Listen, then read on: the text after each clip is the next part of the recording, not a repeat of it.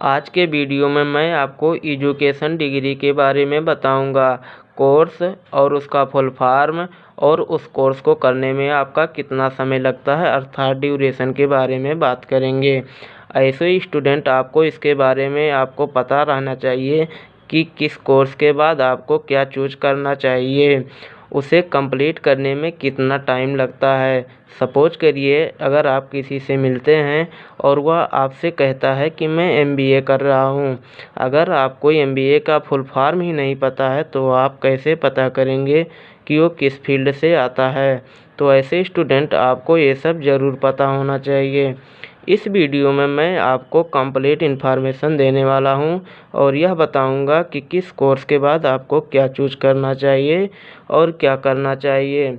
इसमें आपका है पहला आईए का मतलब आपका होता है इंटरमीडिएट ऑफ आर्ट। ये आपका 2 साल का कोर्स होता है। अब आपने आईए कंप्लीट कर लिया है तो फिर बीए के लिए आप जाइए। बीए का मतलब होता है आपका बैचलर ऑफ आर्ट।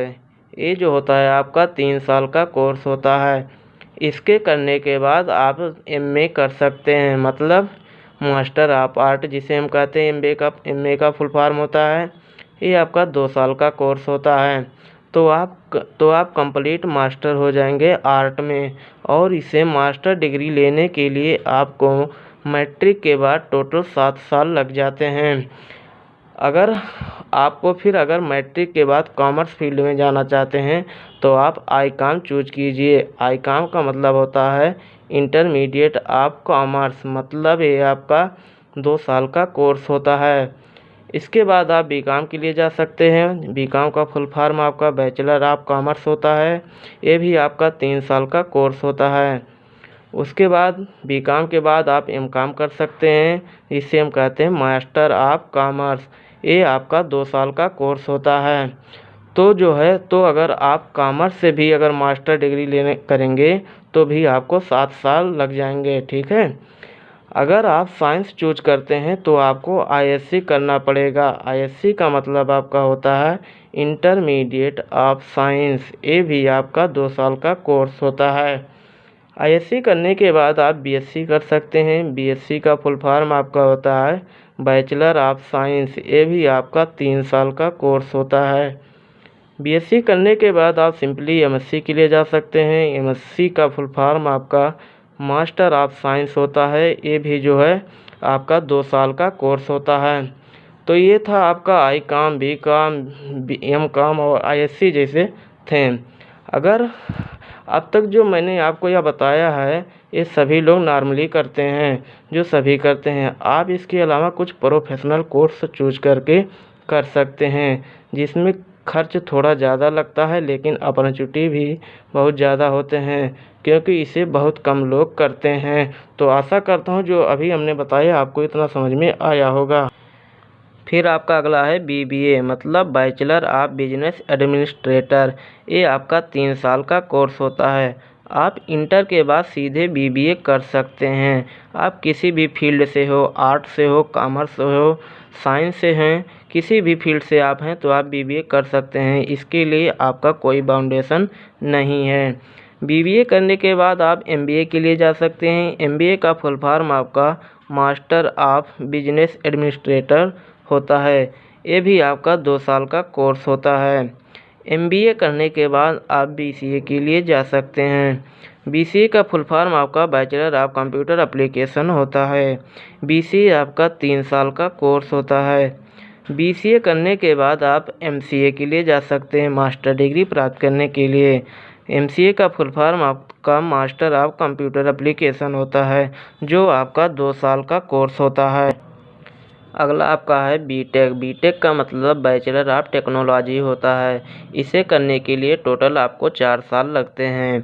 बीटेक करने के बाद आप एमटेक के लिए जा सकते हैं। एमटेक का फुल फॉर्म आपका मास्टर ऑफ टेक्नोलॉजी होता है। एमटेक करने के लिए आपको 2 साल का समय लगता है। एमटेक करने के बाद आप जो है एमटेक 2 साल का आपका हो गया। उसके बाद जो है आपका अगला है बीएड।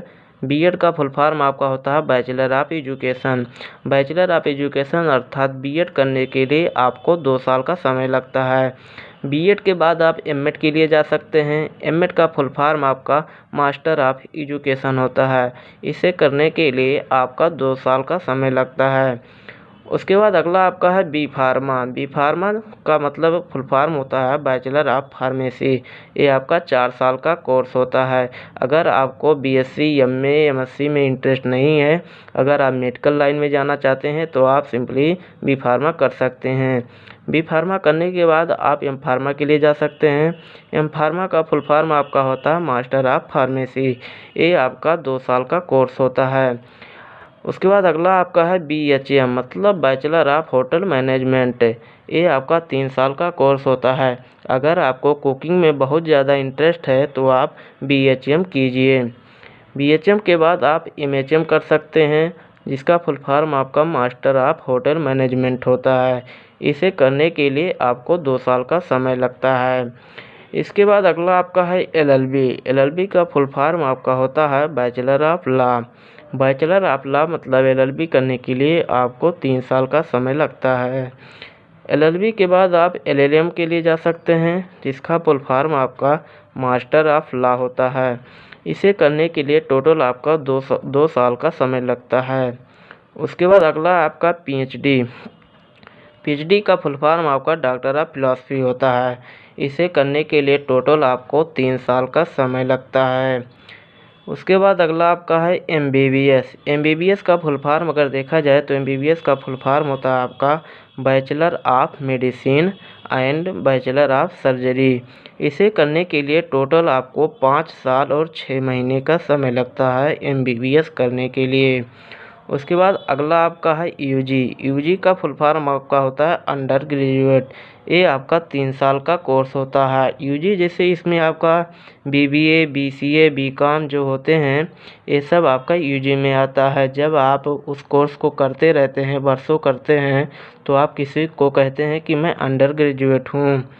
उसके बाद अगला आपका है PG का मतलब पोस्ट ग्रेजुएट होता है। ये आपका 2 साल का कोर्स होता है PG मतलब पोस्ट ग्रेजुएट का। उसके बाद अगला हम देखें तो आपका है CA का मतलब चार्टर्ड अकाउंटेंट होता है। इसे सिंपली करने के लिए अगर आप 12 के बाद कर रहे हैं तो टोटल आपको 5 साल का समय लगेगा। अगर आप UG मतलब अंडर ग्रेजुएट के बाद कर रहे हैं तो टोटल आपको CA करने के लिए 3 साल का समय लगेगा। अगला आपका है DCA का फुल फॉर्म आपका डिप्लोमा इन कंप्यूटर एप्लीकेशन होता है। इसे करने के लिए आपको 6 से 12 महीने अर्थात जो है 6 महीने से लेकर 1 साल तक लग सकता है। उसके बाद अगला है आपका B आर्च का मतलब होता है बैचलर ऑफ आर्किटेक्चर। इसे करने के लिए आपको टोटल 5 साल का समय लगता है इस कोर्स को करने के लिए। उसके बाद अब अगला है आपका MArch मतलब इसका फुल फॉर्म होता है मास्टर ऑफ आर्किटेक्चर। इस कोर्स को करने के लिए हमें 2 साल का समय लगता है। तो दोस्तों आशा करता हूँ इस वीडियो में आपको जो है कोर्स और उसका फुल फॉर्म और ड्यूरेशन मतलब उस कोर्स को करने के लिए कितना समय लगेगा समझ में आ गया होगा। अगर वीडियो समझ में आए तो वीडियो को लाइक कीजिए और चैनल को सब्सक्राइब करना ना भूलें।